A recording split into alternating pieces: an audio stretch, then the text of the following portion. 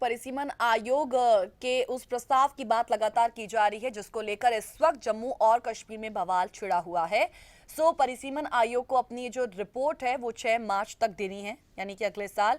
और प्रदेश में 5 अगस्त 2019 को धारा 370 हटाए जाने के बाद ही विधानसभा चुनावों को लेकर परिसीमन की जो प्रक्रिया है वो शुरू कर दी गई थी। और सुप्रीम कोर्ट की रिटायर्ड जज रंजना प्रकाश देसाई की ही अध्यक्षता में गठित आयोग प्रदेश की जनसंख्या को ध्यान में रखते हुए अपनी रिपोर्ट उन्होंने तैयार की है।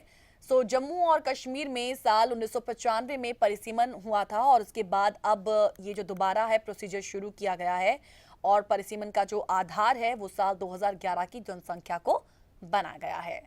लोकतंत्र में आबादी के सही रिप्रेजेंटेशन के लिए ही परिसीमन जो है वो काफी जरूरी होता है और इसी पर अपनी राय रखने के लिए हमारे साथ हमारे कॉलर जुड़े हुए हैं। नमस्कार सर, बहुत बहुत स्वागत है आपका स्ट्रेट टॉक में। नमस्कार गीत जी। भारत में बहुत साल पहले प्रीवी पर्सेस खत्म किए गए थे राजाओं, महाराजाओं और नवाबों के। तो उस वक्त उन नवाबों ने सबने बड़ा अपोज किया था। हालांकि सरकार ने कहा कि ये हम सोशल जस्टिस के लिए कर रहे हैं, ये हम नहीं चाहते कि एक आदमी राजा महाराजा बन के रहे और प्रजा उनकी जो है उनको रोटी के लाले पड़े रहे। गीत जी, आज ये जो परिसीमन की हमारी जो एक एफर्ट्स हैं गवर्नमेंट के, ये एक जो योजना है, ये एक तरह से मैं उसको उसी तरह देख रहा हूँ कि कश्मीर के जो पुराने लोग थे ना, उनके अब क्योंकि कुछ हक और उनके हकूक उनको थोड़ा सा बैलेंस किया जा रहा है तो वो अपोज कर रहे हैं। अब 70 सालों से आप देख लीजिए, जब भी जम्मू कश्मीर की बात आती थी सिर्फ स्टेट का नाम जम्मू एंड कश्मीर बोला जाता था। अदरवाइज गीची जितने भी डेवलपमेंट के काम, जितना भी कुछ पॉलिटिकल एक्टिविटीज, वो हमेशा कश्मीर कश्मीर ही होता था।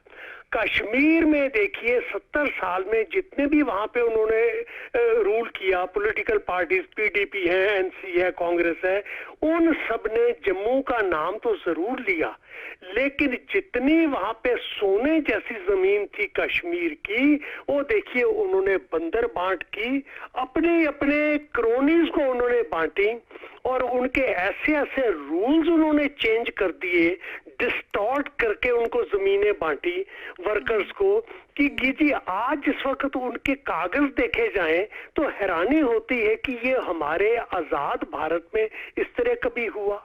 आज जब आप परिसीमन से कोशिश कर रहे हैं सोशल जस्टिस लाने की, एक पॉलिटिकल जस्टिस लाने की, कि जो नेचुरल रिसोर्सेज और जो हमारी गवर्नमेंट की एड्स और ग्रांट्स और दूसरी बेनिफिट्स जो है जो कश्मीर को मिलते थे, वो एक प्रोपोर्शनेट रेशो में जम्मू को भी मिले।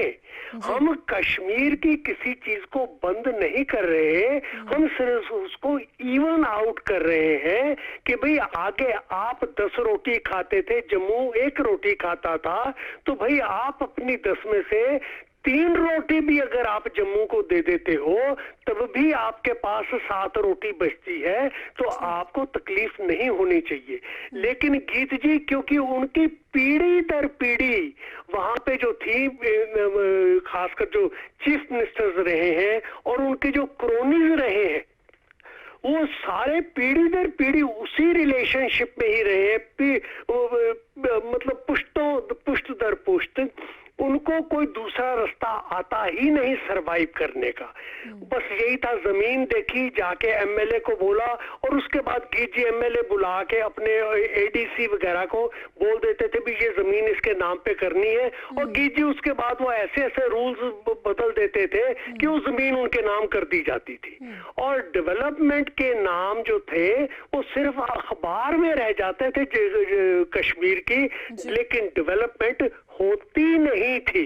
क्यों? कि रिसोर्सेज जो थे वो एक जगह पॉकेट कर दिए जाते थे। आज की सिचुएशन एक को कुछ ऐसी मैं एक उदाहरण के तौर पे कह सकता हूं कि अगर किसी एक हट्ठी लड़के ने अपनी जेबें दोनों भर ली हैं किसी चीज से और उसके बाद अपने दोनों हाथ जेब में डाल दिए, अब गीची आप उसको कहो कि जरा अपने हाथ निकाल, कहता मैं नहीं निकालता। गीची यही कश्मीर ने किया 70 साल की जमीनें भी ले ली, सरकार की जितनी ग्रांट्स आती थी J&K को, जी सारी की सारी कंसंट्रेट कर ली उन्होंने कश्मीर में। तो उनको अब अगर आप कहो कि जेब में से हाथ निकालो, अब वो हाथ भी नहीं निकाल के राजी, ना मुफ्ती खानदान और ना अब्दुल्ला खानदान। तो दोनों के दोनों अपनी जेबों में हाथ भर के खड़े हैं और जेबें भी उनकी भरी हुई है, ये भी नहीं दिखा के राजी कि उनकी जेबों में है क्या। आज गीत जी इस परसिमन की जो एक्सरसाइज है, इससे हमने एक लोकतांत्रिक तरीके से उनकी एक बाजू को पकड़ के मरोड़ा है कि अब हाथ निकाल ताकि हम देखें तेरी जेब में है क्या। तो गीजी जब दिखाई दिया कि इनकी जेब में ये है, तो वो क्यों है? क्योंकि उनके पास वोटों का बल है। तो गीजी आज उन वोटों के बल को बराबर बांटने के लिए हमने जम्मू स्टेट को सपोर्ट दी है, वो जो सपोर्ट उनको 70 साल पहले मिलनी चाहिए थी। जम्मू रीजन जो था वो डिप्राइव्ड रहा उस सपोर्ट से, उस पॉलिटिकल अपनी आवाज से उनको जो थी वो दबा दी जाती थी। तो इसलिए आज जो भी एक्सरसाइज हो रही है ये एक डेमोक्रेटिक प्रोसेस है, ये कोई रात को 8 बजे वाला ऐलान नहीं है जैसे कभी कभी सरकारें कर देती थी हमारी। ये दिन में के ऐलान हुए हैं और बकायदा पिछले साल आपने ठीक मौके पे पकड़ा था जब ये कश्मीर के लोगों को दिल्ली बुला के इनकी मीटिंग करवाई गई थी वहां पे। उस वक्त गीजी इनको सबको बताया गया था कि ये अपना जो है परसिमन की एक्सरसाइज होगी और इसके ये अशर होंगे, बी प्रिपेयर्ड नाउ, ये आपके लिए कोई शौक नहीं है। तो गीजी वक्त आया, प्रेसिडेंट की परमिशन ली, जैसे आपने बड़ी अच्छी तरह बड़े सुंदर तरीके से आपने समझाया है हमें, जो कि बहुत ही काबिले तारीफ है कि इतनी एक कॉम्प्लिकेटेड पॉलिटिकल प्रोसेस को आपने बहुत ही अच्छे तरीके से समझा दिया। तो गीजी इसी तरह आज पॉलिटिकल प्रोसेस के सारे प्रोसीजर को फॉलो करके आज ये जो है ये परसिमन की एक्सरसाइज हो रही है और ये लोगों की भलाई के लिए हो रही है, रिसोर्सेज की इवन डिस्ट्रीब्यूशन के लिए हो रही है बिटवीन जम्मू एंड कश्मीर। और उसके साथ गीजी जब ये इवन डिस्ट्रीब्यूशन हो जाएगी तो दोनों रीजन्स के बराबर के चांसेस हो जाएंगे डेवलप करने के। और भारत का वो जो रीजन है वो रीजन क्योंकि कई दफा वेदर की वजह से भी कट ऑफ हो जाता है, अब भी हो जाता है जी, फिर उनकी जो इंटरनल डेवलपमेंट जो अब तक बिल्कुल बंद हो गई थी, स्टंट हो गई थी, वो इंटरनल डेवलपमेंट जो है वो अब खुल जाएगी क्योंकि आप रिसोर्सेज उसको भी दे रहे हैं जो अब तक डिप्राइव्ड रहा है, जो कमजोर इलाका रहा है, जो जनसंख्या वहां की कमजोर रही है, अब आप उसको भी ये रिसोर्सेज दे रहे हो। तो जी मेरा ख्याल से ये अंत में मैं यही कहूंगा कि जैसे आपने प्रोसेस समझाया, ये परसिमन का प्रोसेस जो है भारत के लिए, उस प्रदेश के लिए और वहां के लोगों के लिए बहुत ही भले की और फायदे की बात है। धन्यवाद गीत जी, भारत माता की जय हो। Thank you sir, thank you so much अपने व्यूज हमारे साथ शेयर करने के लिए। कुल मिलाकर इतना कहा जा सकता है कि जिस तरीके से बात कर रहे थे कि अभी तक जेबें भर ली गई हैं और अब हाथ निकालने ही जा रहे थे, लेकिन अब उन हाथ को निकालने की जो कोशिश है वो सरकार की ओर से की जा रही है।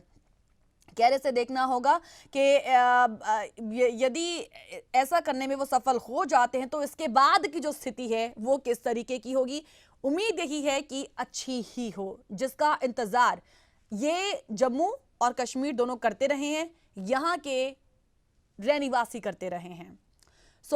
जैसा हम बार बार जिक्र कर रहे हैं कि लोकतंत्र में आबादी के एक सही रिप्रेजेंटेशन के लिए ये जो डिलिमिटेशन का प्रोसेस होता है वो जरूरी होता है और अब इसी से ही जम्मू और कश्मीर दो चार हो रहा है, क्योंकि इसी के जरिए ही सभी को समान अवसर देने पर जोर दिया जाता है। और इसी से ही एक जब चुनावी प्रक्रिया जो कि अब तक एब्रोगेशन के बाद 370 के निरस्त होने के बाद यहां पर ठप पड़ चुकी है, उसको दोबारा से रिवाइव करने के लिए, उसको दोबारा से रिफ्रेश करने के लिए अब इसी चुनावी प्रक्रिया को अधिक लोकतांत्रिक बनाने में मदद भी यहां पर जरूर मिलेगी। एज वी टोल्ड अर्लियर कि जनसंख्या बढ़ने के आधार पर हर वर्ग को एक उचित प्रतिनिधित्व देने के लिए ही विधानसभा सीटों का कैटेगराइजेशन होता है, यानी कि पुनः निर्धारण होता है और आरक्षित सीटों का भी इसमें निर्धारण जो है वो किया जाता है। सो इसी से ही एक संबंधित वर्ग विशेष को अपना प्रतिनिधि चुनने में मदद भी मिल जाती है।